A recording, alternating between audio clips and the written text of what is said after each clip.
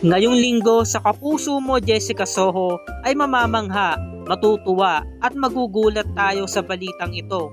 Kaya naman ay maaari maging disente sa ating mga komento mga kapuso dahil makikilala natin ang isang babae mula sa isang barangay sa Zamboanga del Norte, siyam na apam, ang naging jowa sa loob lamang ng 4 na taon.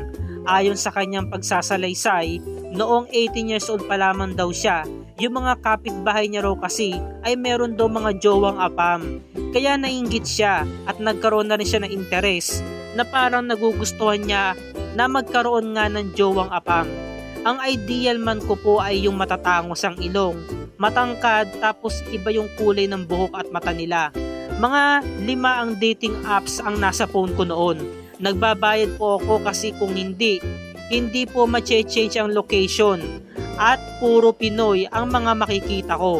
Hindi sa nang judge ako ng mga Pinoy pero may mga experiences din po kasi ako noon. Hindi na ako kinakausap, gino-ghost na lamang ako ng mga Pinoy. Gusto ko pong magkaroon ng apam kasi gusto ko po na maganda at pogi yung magiging mga anak ko. Doon sa naging nobyo ko, may 4 na American, may 1 Palestinian, may 2 Pakistani. Nililinaw ko na wala akong pinagsasabay sa kanila. Tinatawag nila akong Lady of Foreign Affairs.